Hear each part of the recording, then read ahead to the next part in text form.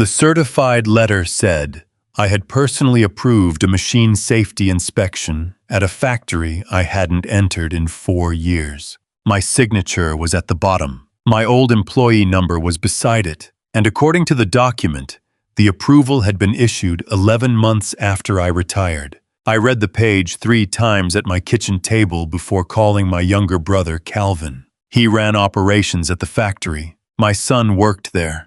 And when I asked Calvin why my name was attached to a safety certification I had never seen, he didn't sound surprised. He laughed. "Owen, you signed so much paperwork over the years you probably forgot." I was 64 years old. I forgot where I put my reading glasses sometimes. I had never forgotten signing my own name.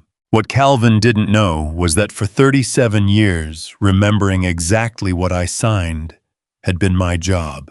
And that letter was about to force me to choose between protecting my brother and protecting everyone who trusted the name he had stolen. If you've ever been called difficult simply because you refused to ignore something wrong, you'll understand why I didn't tear that letter up. I put it in a folder, then I started looking. I spent most of my working life as a regional industrial safety auditor in Western Pennsylvania. That sounds more impressive than it felt. Most days involved steel-toed boots, fluorescent lights, clipboards, arguments about machine guards, and people telling me nothing bad had happened yet. That word "yet" paid my mortgage. I wasn't the man who designed the machines. I was the man who walked around them asking what would happen when someone was tired, rushed, distracted, new, angry, or scared. My late wife, Susan, used to tell people I could walk into a birthday party and identify 3 exit hazards before saying hello.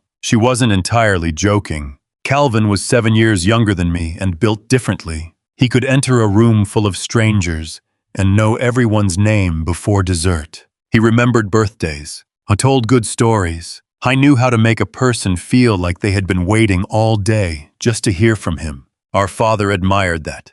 Dad had been a maintenance mechanic at Hollis Packaging, the same plant where Calvin eventually became operations director. I had worked there briefly after high school, before earning certifications and moving into regional safety work. Calvin stayed closer to home. For years, people in our family treated that difference as if I had escaped, and Calvin had remained loyal. I never corrected them. That was one of my flaws. I avoided family fights long after avoiding them stopped being noble. When Dad became sick, Calvin handled his appointments. When Mom needed a new furnace, Calvin found the contractor.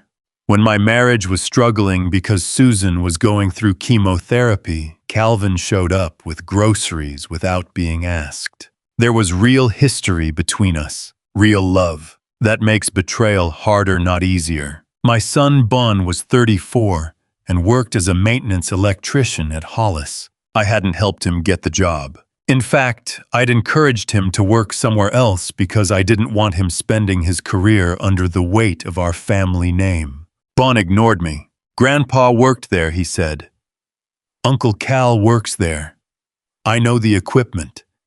Why should I run from that?" I had my stubbornness and Susan's patience. When she died 6 years earlier, Ben started coming to my house every Thursday night. We ate something unhealthy, watched baseball, if it was on, and argued about whatever repair project he was doing at his house. He could have stopped after the first year. I didn't. Calvin attended some of those dinners. He liked to joke that Ben was the son he should have had.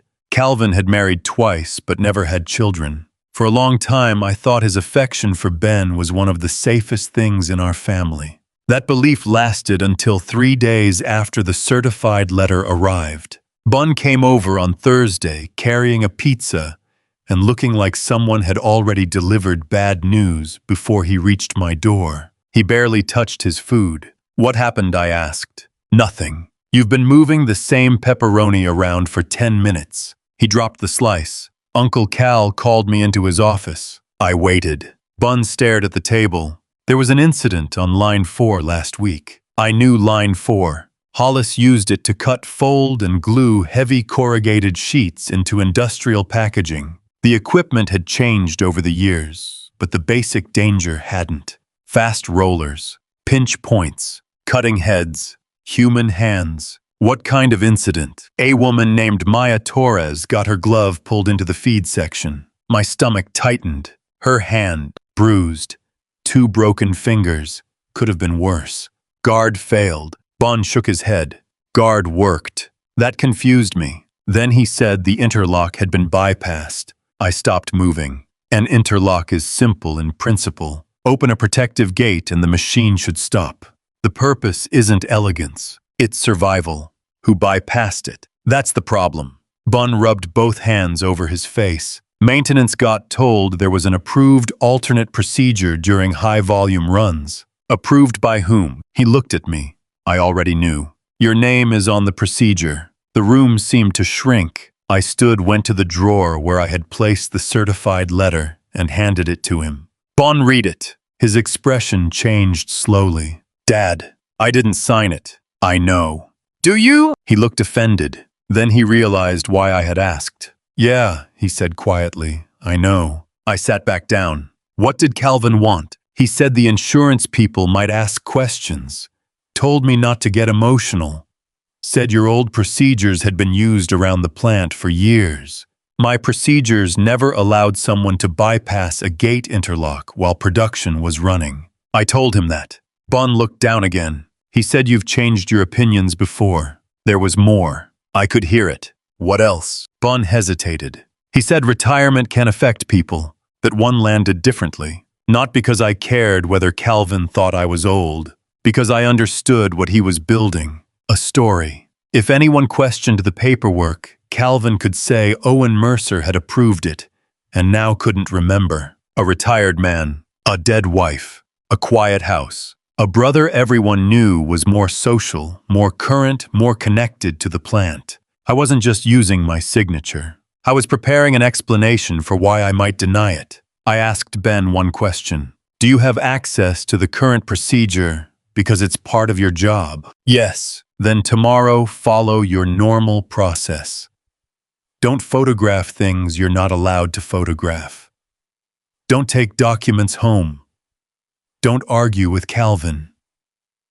Submit whatever safety concern you'd submit if my name wasn't involved. Bon frowned. You sound like you're back at work. I'm trying not to act like your father. What does that mean? It means if I start thinking about what could have happened to you on that line, I'll drive to Calvin's house tonight. Bon gave me a tired half smile. That would be acting like my father. Yes. And what are you going to do? Figure out whether one document is wrong or whether somebody wants me to believe it's one document. The next morning I called the number on the certified letter. It belonged to the loss control department for Hollis Packaging's insurer. I didn't demand records. I didn't accuse Calvin. I simply stated that I was retired, that the signature presented as mine had not been authorized by me, and that I had not performed the referenced inspection. The woman on the phone became careful immediately. She asked me to put that statement in writing. I did. Then I opened the metal cabinet in my basement. Susan hated that cabinet. She said it looked like something taken from a Cold War bunker. Inside were 30 years of field notebooks, training outlines, retired certifications, equipment sketches, and copies of manuals I had written for programs that no longer existed.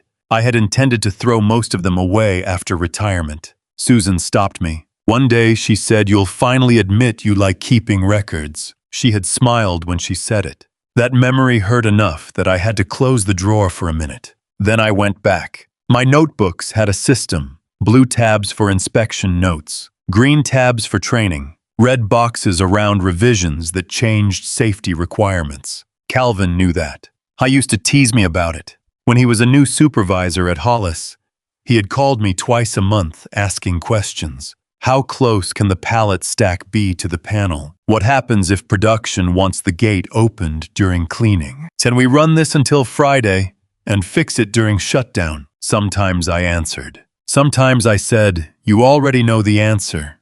You just don't like it." Back then he respected that. Or I thought he did. I found the original Line 4 training material from 9 years earlier. The system had been upgraded since, but one paragraph mattered. It was surrounded by a red box. Gate interlocks shall not be defeated, bridged, or bypassed during production operation. Under that, in my own handwriting, I had added, no production target justifies exposing an employee to active feed components. I remembered writing it. I remembered the room. I even remembered Calvin sitting in the back row. That was the first clue. The second came from something embarrassingly ordinary. A training DVD. Before everyone started keeping everything online, Hollis recorded some safety sessions for supervisors who missed them. I had one copy from a 2012 program because the training department gave speakers their own discs. I found it in a box marked Susan's Christmas Lights. I had no idea how it got there. The handwritten label said Machine Access O. Mercer. I didn't watch it immediately. I put it beside the certified letter. That afternoon, Calvin called. Bun told me you're making inquiries. I told you that. No people talk. He filed a safety concern. Owen, you're turning this into something bigger than it is. A woman broke 2 fingers. She'll recover. That wasn't my point. He exhaled loudly. Look, procedures evolve. We've had production changes. You gave us some flexibility years ago. No, I didn't. You may not remember every conversation. There it was.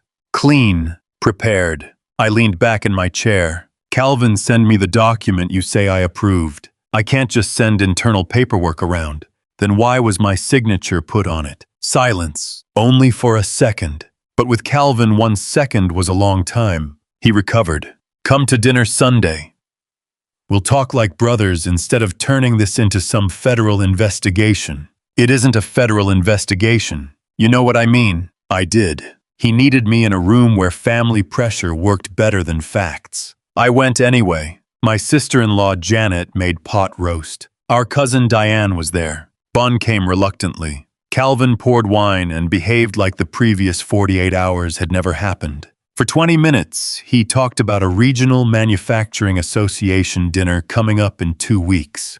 Hollis had nominated him for its Safety Leadership Award. I almost laughed. Not because it was funny. Because the timing was obscene. Janet raised her glass. You never told Owen. Calvin smiled. I was waiting until it was official. Diane said Dad would have been proud. That sentence hurt. Our father had lost part of his left index finger in an industrial accident at 29. It was one reason safety became more than a career to me. Calvin knew that better than anyone. After dinner, he reached into a folder beside his chair. I want to clear up the paperwork issue before it gets silly. He slid 1 page toward me. It was a statement. Short. Friendly. It said I had previously advised Hollis on alternate machine access practices and that specific details might not be reflected in my current records due to the passage of time. I read it twice. Then I looked at him. You want me to sign this? It protects everyone. From what? A misunderstanding. Bun pushed his chair back. Uncle Cal. Calvin held up a hand. This is between me and Owen. No, I said. It became more than that when somebody got hurt. Janet looked frightened. Diane stared at her plate. Calvin's smile vanished. Do you honestly think I'd put people in danger? I think you want me to sign a statement, saying I may have forgotten approving something I know I didn't approve. Because you can't know that. Yes, I can. You're 64, Owen. That was when Ben stood. Calvin looked at him. Sit down. Bun didn't. I touched his arm. Sit. I looked at me like I had betrayed him. But he sat. I pushed the statement back across the table. No. Calvin's face hardened. You've always done this. Done what? Acted like you were the only adult in the room. I almost answered. Instead, I picked up my coat. As I reached the doorway, Calvin said, Don't make your son pay for your pride. I stopped. Bun stopped behind me. Nobody else moved. I turned. Was that a threat? Calvin shook his head immediately. Of course not. Good. I left. The next morning, Ben was assigned to night shift. He had worked days for nearly 3 years. Management called it temporary staffing. Maybe it was. I didn't believe in coincidences as much as I used to. Bun wanted to quit. I told him not to. Why should I keep working for him? You don't work for Calvin. You work for Hollis. He runs operations. He doesn't own your career. He can make every day miserable. Yes, that's your advice. My advice is not to give him the clean ending he wants. Bun stared at me. What clean ending? You quit angry. He says you were unstable because your father got confused over old paperwork. The safety complaint becomes a family dispute. Bun went quiet. I hated how easily I could see the shape of it. That was my first consequential decision. I asked my son to endure a little longer while I found out how deep the lie went. The second clue came 4 days later. The insurance investigator asked whether I had ever provided Hollis with a digital signature file. I said no. Then I remembered something. 6 years earlier, before retirement, Calvin had asked me to write a recommendation letter for one of his maintenance supervisors. I printed it at home, signed it, scanned it, emailed the PDF to Calvin because the supervisor needed it quickly. My signature on that letter had a distinctive long tail under the M. Not because that was how I normally signed. Susan had bumped my elbow while carrying laundry. The pen dragged. I nearly reprinted the page. She laughed and told me nobody cared. I kept the copy because I kept everything. When the insurer sent me an image of the questioned certification through their secure process, I enlarged the signature. Same tail, same angle, same tiny break in the ink line where my pen had skipped. Whoever created that approval hadn't forged my signature by hand. They had copied it from that old letter. I sat in front of my computer for a long time. This was no longer a mistake. Someone had deliberately taken a real signature and placed it on another document. I called Calvin. I didn't answer. I didn't leave a message. Instead, I called a woman named Jana Patel. Jana had worked in training at Hollis for 15 years before becoming a safety representative for another local manufacturer. She and I had conducted dozens of programs together. She wasn't an investigator. She didn't have access to current Hollis records. I didn't ask her for any. I asked whether she remembered the Line 4 training. She laughed. I remember you making Calvin shut the machine down because he wanted to demonstrate a clean-out while the rollers were coasting. I closed my eyes. You remember that. Everybody remembers that. He was furious. Do you remember the session being recorded? Yes. Why? I may need to prove what I taught. Her voice changed. What happened? I told her only what I could responsibly say. When I finished, she was silent. Then she said, Owen. I still have some old training archives that were given to me when our department cleaned storage. If that recording is there, it's company discarded training material from years ago, not current confidential information. I have my own copy. Then why are you calling me? Because I need someone other than me to remember the room. She understood. That I can do. That evening, I finally watched the DVD. The picture quality was terrible. The sound wasn't much better. There I was at 51, heavier, darker hair, standing beside a projection screen. Calvin sat in the second row. Halfway through the recording, someone asked whether supervisors could authorize a temporary interlock bypass when production was behind. I watched my younger self answer, no. A few people laughed. I continued, if the process depends on defeating the device designed to keep a human being away from moving equipment, then your process is wrong. Fix the process. The camera shifted. Calvin was visible. He raised a hand. What if maintenance is present? My recorded voice answered, maintenance doesn't make an unsafe condition safe by standing next to it. The room laughed again. Calvin smiled on camera. I did not. I paused the video. For the first time since the letter arrived, I felt something besides anger. Grief. There was my brother. Young enough that Dad was still alive, still asking questions, still willing to be corrected. I wondered when winning had become more important to him than being right. The third layer of the truth arrived through Ben. He came over after midnight following his shift. His eyes were red with exhaustion. I got written up. For what? Failure to follow supervisory direction. What direction? There was another stoppage on Line 4.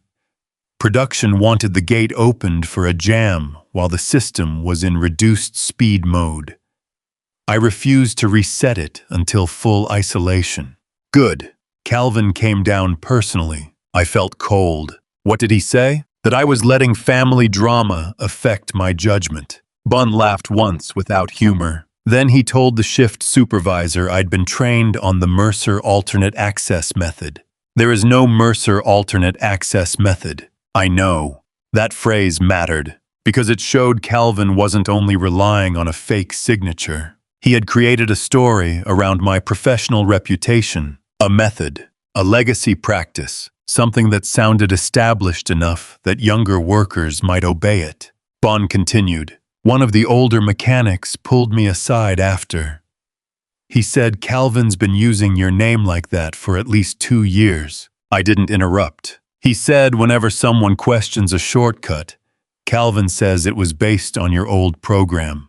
Who is the mechanic? Dad. Don't tell me unless he's willing to speak through the proper process. Bun stopped, then nodded. That was the moment the betrayal became larger than one injured employee. Calvin had turned my reputation into permission. For years, I had been the irritating voice telling people to stop, lock out, slow down, check twice. Now my own brother was using that same reputation to justify the opposite. And because I had spent years avoiding conflict with him, I had accidentally helped build his credibility. Every Christmas toast, every family story, every time I said Cal knows the plant better than anyone, all of it had weight. I couldn't undo that, but I could stop adding to it. My second consequential decision came the next morning. I sent a complete written statement to the insurer and agreed to cooperate with Hollis's independent workplace review. I included my retirement date,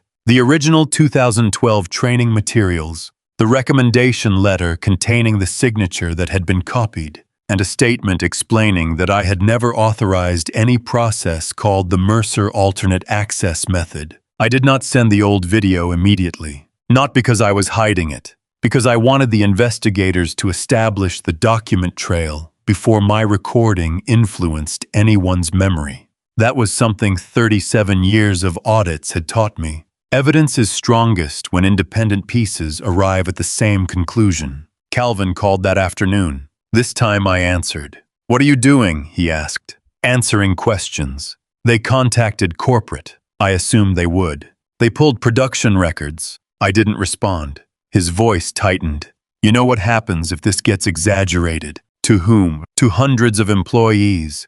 To contracts. To the plant. Then tell the truth early. You think this is simple because you don't work anymore. There it was again. Retirement. Age. Distance. He needed those things to make me smaller. Calvin, did you put my signature on that document? No. Did you authorize someone else to? No. Did you tell employees I created an alternate access method? I referenced historical practices. That wasn't my question. You always interrogate people, and you always answer a different question. I went quiet. Then he changed tactics. Dad wouldn't want this. That one almost worked. Our father had believed family problems stayed inside the family. Unfortunately, that belief had protected more bad behavior than good. Dad also spent 40 years missing part of a finger, I said. That's cheap. No, cheap is putting his other son's name on a shortcut that could cost somebody a hand. Calvin hung up. 2 days later, Janet came to my house. She looked 10 years older than she had at dinner. Please tell me you can stop this. I let her inside. Did Calvin send you? No. That answer came too quickly. I waited. She sat at my kitchen table and looked at the same chair where Ben usually sat. He's scared. Good. Owen, I don't mean scared of punishment. I mean scared enough to finally understand something is wrong. She pressed her fingers together. He says people beneath him changed paperwork. Then he should tell investigators that. He says you've always resented him. I almost laughed. Did he tell you that before or after asking me to sign a statement, saying I couldn't remember my own work? Janet looked away. That answered another question. She had seen the statement. She knew. Not everything. Enough. I'm not asking you to lie, she said. What are you asking? To handle it privately. A woman was injured. I know. My son was disciplined for refusing the same shortcut. Her face changed. I didn't tell me that. No. He said Bun was refusing routine work. Calvin has always been good at removing the important noun from a sentence. What does that mean? Bun refused work sounds different from Ben refused unsafe work. Janet began crying. I didn't enjoy it. I got her tissues. That's the part people misunderstand about justice stories. When the person hurting you is family, you don't always want to watch their life collapse. Sometimes you're desperately hoping a door opens before they reach the cliff. I wanted Calvin to walk into the investigation, admit what he had done, cooperate, protect the workers, apologize to Ben, and accept whatever professional consequence followed. He still had time. Instead, he made his final greedy move. The Manufacturing Association dinner was scheduled for Friday. Calvin called me Wednesday night. His voice was warm again. Too warm. I want you at the dinner. Why? Because you're my brother. That hasn't changed. And because they're recognizing the plant's safety improvements. Dad started there. You built your career there. Ben works there. It should be a family night.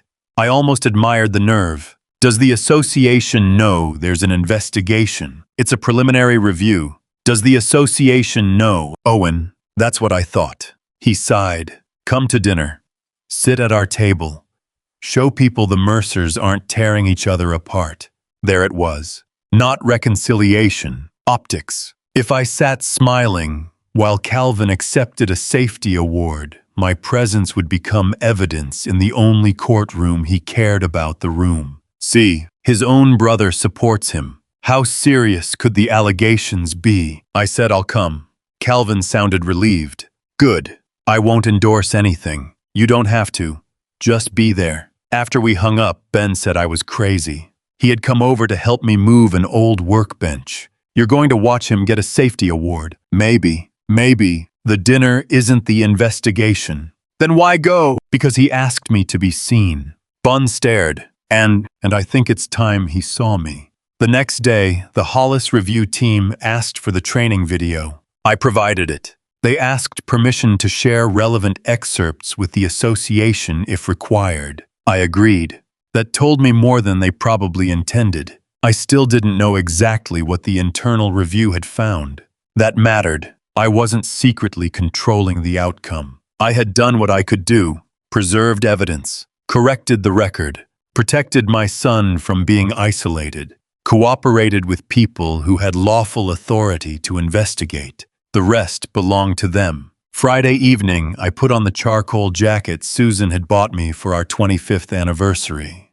I almost never wore it. In the inside pocket, I placed one object, the original DVD. I didn't need it. The investigators had a digital copy, but I wanted the physical thing in my hand. Proof sometimes feels different when it has weight. The dinner was held at a hotel ballroom outside Pittsburgh. About 200 people attended, plant managers, supervisors, vendors, association members, spouses. Calvin stood near the entrance shaking hands. When he saw me, his shoulders dropped with relief. He hugged me.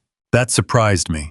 Then he whispered, "Thank you." I stepped back. For coming, for being reasonable. I looked at him. Those aren't the same thing. His smile tightened. Janet sat beside him. Bun was at our table because Hollis had purchased seats for several maintenance employees. He looked uncomfortable in a tie. Across the ballroom, I recognized Jana Patel. Calvin did too. His expression changed. Why is Jana here? She belongs to the association. I know that.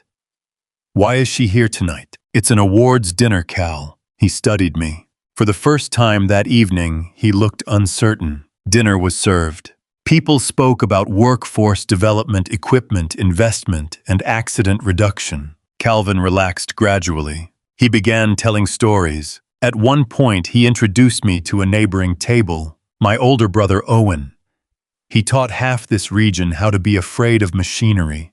People laughed. I smiled politely. Then Calvin added, "He's been retired a while, so we forgive him when he forgets how much influence he had." A few people laughed again. Bon's fork stopped halfway to his mouth. Janet whispered Cal. He waved it away. Family joke. I felt something settle inside me. Not rage.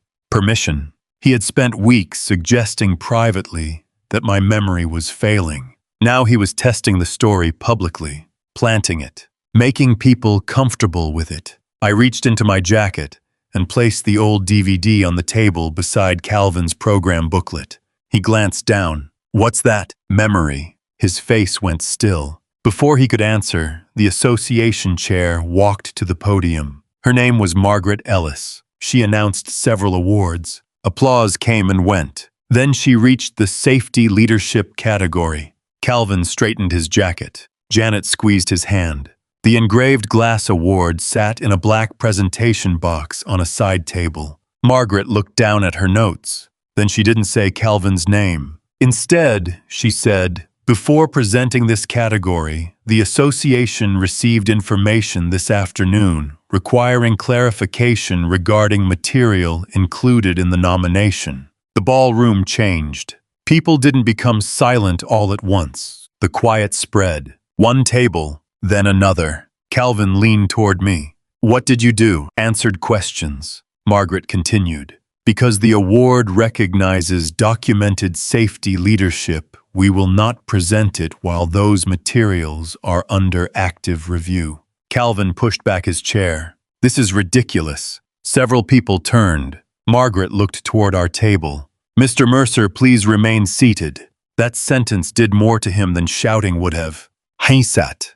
Barely. Then an unexpected person stood near the front. Hollis Packaging's Vice President of Human Resources. Calvin's boss was not beside him. That absence mattered. The HR Vice President addressed the room briefly. She did not describe confidential findings. She simply confirmed Hollis supported the association's decision to pause the award. Calvin looked around, as if searching for someone who would tell him this was theater. Nobody did. He turned to me. "You embarrassed the entire company." "No. You couldn't stand me getting something you never got." Bon whispered stop. Calvin ignored him. "Owen has been confused since Susan died." Janet closed her eyes. There it was, the strongest version of his defense. Grief, age, retirement, memory. Not just forgetful, damaged. He had finally said it in front of everyone. I didn't defend myself. Margaret did something I had not expected. She held up a small remote. "Mr. Mercer, because questions have specifically been raised regarding the historical safety guidance cited in the nomination materials, the association received permission to review a relevant archived training recording." Calvin looked at me. I touched the DVD on the table. The ballroom screens turned on. My 51-year-old face appeared. There were a few nervous laughs. Then the old training session played. My voice came through the speakers. A supervisor on the recording asked whether an interlock could be bypassed when maintenance personnel were standing nearby. Then younger Calvin appeared on screen. He asked his question. "What if maintenance is present?" My recorded answer followed. "Maintenance doesn't make an unsafe condition safe by standing next to it." A few people in the ballroom shifted. The video continued. "If the process depends on defeating the device designed to keep a human being away from moving equipment, then your process is wrong. Fix the process." Margaret stopped the recording. Nobody clapped. That would have made it theatrical. Instead, there was silence, heavy and complete. Calvin's face had lost its color. He recovered faster than most people could have. "That proves nothing." He stood. "Owen taught one standard in 2012. Procedures changed. It was a reasonable defense, probably the best one available." He looked toward the Hollis HR executive. "We updated access protocols later." She nodded. "Yes." Calvin's confidence returned by half an inch. He looked at me almost triumphantly. Then she continued. "The updated protocols also prohibited bypassing the interlock during production." His expression broke. "Only slightly, but I saw it." She added, "The review has also identified multiple documents containing Mr. Owen Mercer's signature after his retirement date." Calvin opened his mouth. She held up one hand. and the signature image appears to match a scanned personal recommendation letter Mr. Mercer provided years earlier. Janet turned toward her husband. Calvin, I didn't look at her. The HR executive kept her language careful. No dramatic accusation. No instant guilt. Those issues remain under investigation. Calvin pointed toward me. I had access to all of that material. He could have created anything. Bon stood. This time I didn't stop him, but Ben didn't yell. He said Dad didn't create my write-up. Calvin stared at him. Bon continued. You disciplined me for refusing to follow what you called the Mercer alternate access method. A man 2 tables away stood next. I recognized him as one of the senior mechanics. I heard that too. Then another employee spoke. So did I. That was when Calvin stopped looking at me, because the room was no longer brother against brother. His story required me to be bitter old, confused, and alone. I wasn't alone. The people speaking weren't rescuing me. They were confirming what they had heard with their own ears. Calvin tried one last time. This is being taken out of context. The HR executive opened a folder. Then there will be an opportunity for you to provide context during the formal review. I knew what that meant. Not conviction, not arrest, not some ridiculous movie ending where security dragged him away. It meant he no longer controlled the story. The company had placed him on administrative leave effective immediately. His authority over Ben and the maintenance department ended that night. His access to safety approvals was suspended. The award remained inside its box. Calvin lowered himself into his chair. I picked up the DVD. He finally looked at me. His eyes were wet. You planned this? No. You wanted this? No. Then what do you call it? I thought about Dad's missing finger, about Maya's broken fingers, about Ben standing beside line 4 refusing an order, about Susan bumping my elbow 6 years earlier, accidentally creating the strange signature tale that eventually helped expose what had happened. Then I said the only thing I needed to say. You didn't borrow my name, Cal. You spent it. He looked down, and you were never authorized to. I left before dessert. Bon came with me. In the parking lot, he started laughing. Not happy laughter. Release. That was the most uncomfortable dinner of my life. I've had worse. When? Your mother's cousin's wedding. Open bar. Live snakes. He stared at me. You've never told me that story. Some family history should stay buried. For the first time in weeks, we laughed together. The investigation took 4 months. That part matters. Real consequences rarely arrive between appetizers and dessert. Calvin was interviewed several times. So were employees. Documents were reviewed. Hollis temporarily shut down Line 4 to restore safeguards and retrain crews. Maya Torres returned to work after recovering. I met her once. I apologized that my name had been attached to the procedure involved in her injury. She looked surprised. You didn't do it. I know. Then why are you apologizing? Because names create trust. She considered that. Then said, so do actions. I never forgot it. Bond's disciplinary write-up was removed after the review determined his refusal had been consistent with proper isolation procedures. He stayed at Hollis. For a while, I wished he wouldn't. Then I realized I was doing exactly what I had accused Calvin of doing, trying to make Ben's career choice about my feelings. I eventually moved into a training role, not because he was my son, because several people noticed he had been willing to stop production when everyone around him wanted the machine running. Calvin resigned before the company completed every internal disciplinary step. The insurer pursued its own recovery process. The company referred the falsified records to the appropriate authorities and professional bodies. I was not involved in deciding the final administrative consequences. I didn't need to be. My job had been to tell the truth accurately. Janet stayed with him. For months, she barely spoke to me. I understood. Then one Sunday, she called. Owen, he wants to see you. I said nothing. He won't ask himself. Then he doesn't want it badly enough. She surprised me. You're right. We didn't speak again for several weeks. Then Calvin came to my house. No warning, no polished speech. He looked smaller. Not physically. He simply entered without the invisible crowd he usually carried with him. No employees, no family audience, no title. I let him inside. He saw the metal cabinet in the basement doorway, still keeping everything. Yes, he almost smiled. Then he sat. For a long time, neither of us spoke. Finally, he said, I started using your old language because people listened when I said your name. I waited. Production was behind. Corporate wanted numbers. We had new supervisors. I told myself the bypass wasn't dangerous if maintenance was there. I said nothing. The first document wasn't supposed to be permanent. We needed something for an internal review. You used my signature. Yes, that was the first time he had admitted it to me. Why mine? He looked directly at me. Because nobody questioned you. The answer hurt more than I expected. Not because it was insulting, because part of it was admiration, twisted into theft. I spent my whole life thinking you had the respect, and I had to have the personality, he said. You had respect. Not like you. Calvin, half the people I worked with hated seeing my truck enter the parking lot. They still listened. That was the job. He rubbed his hands together. Then it worked once.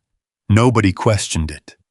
So when another issue came up, you did it again. He nodded. And again. Yes. And when Maya got hurt, his eyes filled. I panicked. So you decided I was forgetful. I needed people to believe there could have been an old verbal approval. You decided grief had damaged me. He looked away.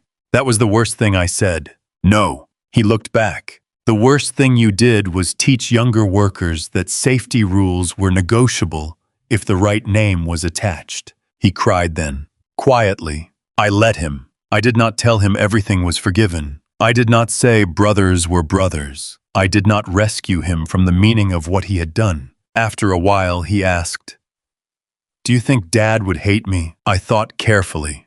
No. He looked relieved too quickly. Then I continued. I think he'd be furious. Calvin nodded. That sounds like him. He'd also tell you to fix whatever can still be fixed. I don't know how. You start by not making somebody else responsible for your shame. That was the third consequential decision I made. I allowed my brother back into the room without allowing him back into the old version of our relationship.